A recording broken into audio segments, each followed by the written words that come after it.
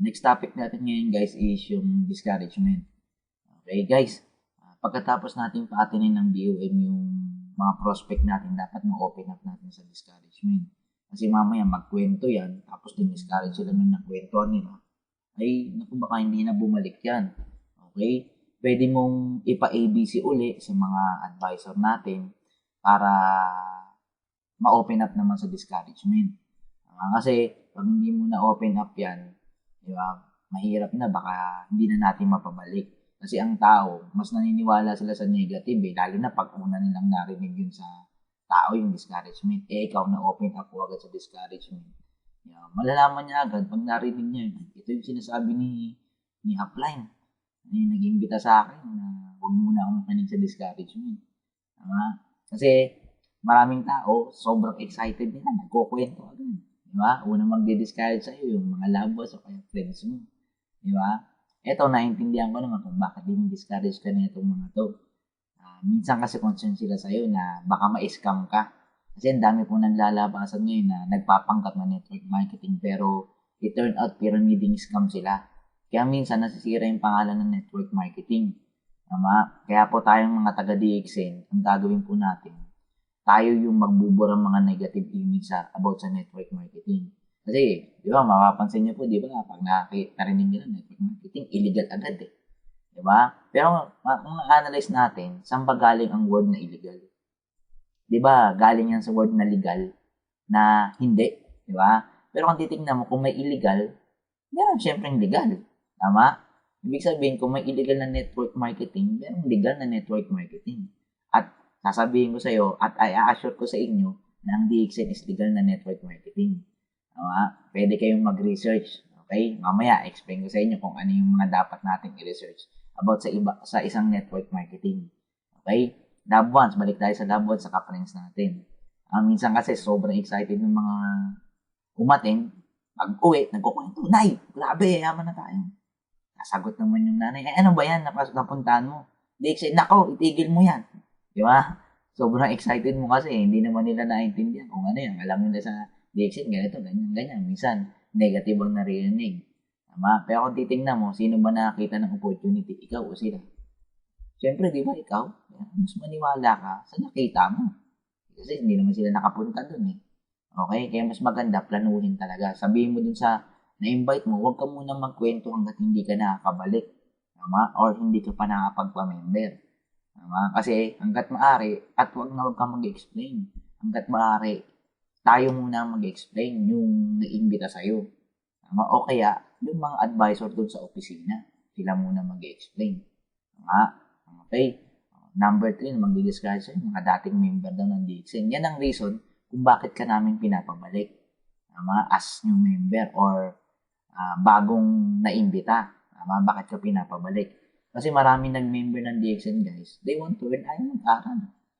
Biruin mo, late na nga ng punan, tamad pa mag-aral. Sa college na, di ba? Nung nag-aral nga tayo, 6 years sa elementary, 4 years sa high school, 4 to 5 years sa college. Expect natin na sa 10 to 15, eto, libre training, mga gwapo pa speaker. Hindi, joke lang. Kasi mo, late na ng punan, ayaw pa natin pag-aralan. Pero pwede tayong kumita ng malaki. Iba nga pang negosyo, laki-laki ng puhunan eh. Pero talagang pagbubuhusan mo ng panahon nyo kasi ang laki ng puhunan na nilabas mo eh. Kaya po isipin nyo po pag ikaw nag-member ka ng 875, 510 or even 3,000, isipin mo, naglabas ka ng hindi 875, hindi 510, hindi 3,000. Isipin mo, naglabas ka rito 3 milyon. Kasi biruin mo para kumita ka ng 100,000 sa isang negosyo dapat ang kapital mo milyon. Dapat, kagaya sa fast food, di ba? Yung mga franchise, 30 million ang puhunan dyan. Jollibee sa McDonald's. Di ba? Pwede kang kumita ng 100 to 200,000. Dito pwede ka rin kumita. Pero ang liit ng puhunan.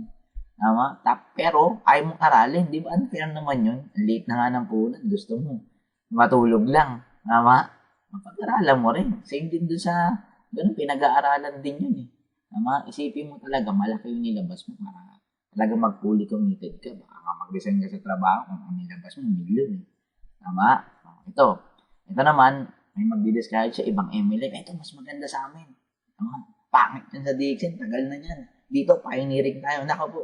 Guys, mas mahirap ang pioneering. Tinan mo ito, sabi dun sa libro, wag na wag kang mag-join sa mga month-old or year-old lang na kumpanya.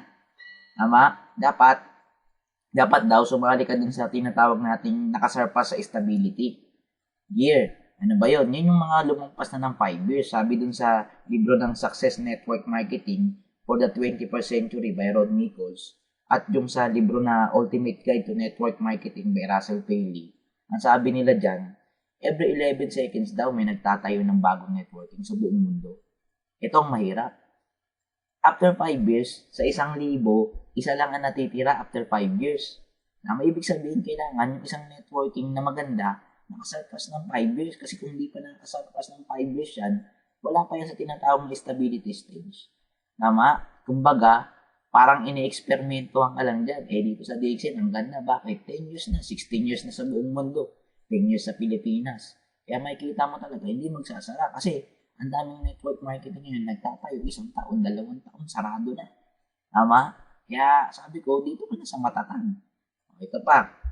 Pangalawa, i-check mo sa DSAP. Tingnan mo yung Direct Selling Association of the Philippines. Kailangan naka-register sila dyan. Approve sila dyan. Kasi, ang DSAP, international na samahan po yan. Sila yung nag-iimbestiga sa mga possible pyramiding. Pag walang DSAP, ay possible pyramiding yan sa salihan mo. Pangatlo, dapat nasa top 1,000 company. Kasi maraming nakiklaim na network company. Number 1 daw sila, number 1. Pero i-check mo sa top 1,000 company. Madali lang yan. Punta ka sa National Bookstore, hanap ka ng top 1,000 company sa business world. Meron nun. Tayo po, simula 2002 up to now. Nasa top 1,000 tayo, hindi tayo nawawala. Okay? Pangalawang titignan mo yung about sa produkto. Kailangan may produkto ang isang network company. Maraming network company, ang produkto nila, hindi nauubos. Dapat nauubos po, consumable. Kasi tinan mo, paano mo benta yung agimat? Yung mga network company, ganyan, agimat, parang agimat yung mga binibenta. Meron naman sapatos, alangan-ngat-natin mo yung mga sapatos. Iba, gold coins. Iba naman, napkin. Diba? Napkin pang babae po, pwede. Pero mas maganda po, yung talagang necessity ng lahat ng tao. Tinan mo sa atin, ang ganda nung produkto natin. Bakit? Highly consumable. Kape, toothpaste, sabon palama, sabon paligo, araw-araw ginagamit yan. Hindi yan buwan-buwan lang ginagamit. Ito, araw-araw ginagamit. Saka maganda, kung may produkto man na consumable, i-check mo sa BPAD kung approved sila, kung registered. Kasi meron mga company na yung products nila consumable din, pero LTO lang, license to operate lang ang approval nila. Dalawa kasi approval isang registered, isang LTO. Tayo po, registered tayo ng BPAD. Okay, saka tayo po yung nagmamanufacture ng produkto natin. Maraming MLM kasi inaangkat lang yung produkto. Tayo ang nagmamanufacture. Kaya hindi tayo maubusan ng stock kasi yan yung isang cost din ng maraming MLM companies na nagsasara dahil wala silang produkto ng sarili, inaangkat nila. Tayo po, from plant to product sa atin. Pangatlo, yung marketing plan, check mo kung marami na nakakuha at dapat hindi lang kumikita ang isang member sa mga registration ng kapwa nilang member. Tayo po, hindi tayo kumikita. Pag nagpa-member ka po sa DXN, wala pa tayong kikitain. Kikita lang po once na gumagamit ka na. Kumikita po tayo sa binibiling produkto. Okay po. Ito po. Panghuli na magdi-discard sa'yo, sarili mo. Ito yung mahirap kalaban, sarili mo. Kasi marami po tayong mga bad attitudes na o kaya duda sa sarili natin. Kaya ko kaya to. Diba? Manyana habit, yung mayana. Diba? Yan yung mahirap kalaban. Pero ang point, ang sarili natin, kaya natin kalabanin yan Diba? Kung malalim yung reason mo para gawin yung DXN. Kaya dapat guys, kung ikaw may pangarap ka, may pangarap kang tumulong doon sa mga tao mo, ngayon, doon sa kamag-anak mo, gawin mo DXN. Tanggalin mo yung mga duda mo sa sarili mo. Pwede mong ikwento yung story ng palaka. Yung palaka sa balon. Kasi merong isang payat na palaka. Talon siya ng talon. Andun sila sa loob ng balon. Gusto niyang makalabas dun sa balon. Ngayon, sa loob ng balon may kasama siyang matatabang palaka dun. Sabi sa kanya, uy, ang ginagawa mo. Tagal-tagal namin dito sa balon na to. Tapos ikaw gusto mong makaalis, hindi ka na makakaalis dito. Kasama ka na namin dito, ka na rin mamamatay. Tama? So, ang ginawa ng palakang payat, talon lang siya ng talon. Hanggang later on, nakatalon siya. Nakalabas siya dun sa balon. Ngayon, nangyari, nakita yun ng matatabang palaka, sabi niya, tulungan mo naman kami, paano kami makakalabas dito? Ngayon, yung palakang payat, dumiretso na siya. Nagliwaliw na siya. Ngayon, bakit hindi nakinig yung palakang payat dun sa mga matatabang palaka? Yung palakang payat, sinilang siya, bingi. Hindi siya nakakarinig. Kaya po kahit anong discourage ng mga matatabang palaka sa kanya, hindi niya pinakikinggan. Nakapokus lang siya dun sa goal niya na makalabas dun sa balon na yun. Same po. Same po sa DXN. Marami pong tao, pag ikaw po nakikita ka na pwede kang umangat sa negosyo na to, it's either dinidiscourage ka nila. Kasi po tayo, mga Pilipino, di ba? May mapagkautak ka tayo eh. Tama? Kaya po mas maganda, wag ka na pong makinig dun sa mga taong magdi-discourage sa'yo. Simple lang naman eh. Kung sa tingin mo makakatulong sa'yo, i-absorb mo yung discouragement. Pero kung sa tingin mo, hindi makakatulong sa'yo, hindi wag mong i-absorb. Kasi maraming tao, hindi na nga nakatulong, naninira pa.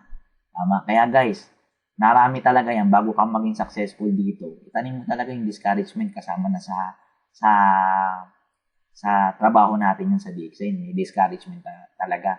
Kaya yung discouragement guys, mahalin mo yan. Tama? Normal po yan. Kumbaga para kang gumagawa dito ng pelikula mo. Sa pelikula, alangan puro bida, dapat may kontrabida rin. Kaya mas maganda ang pelikula dahil sa kontrabida.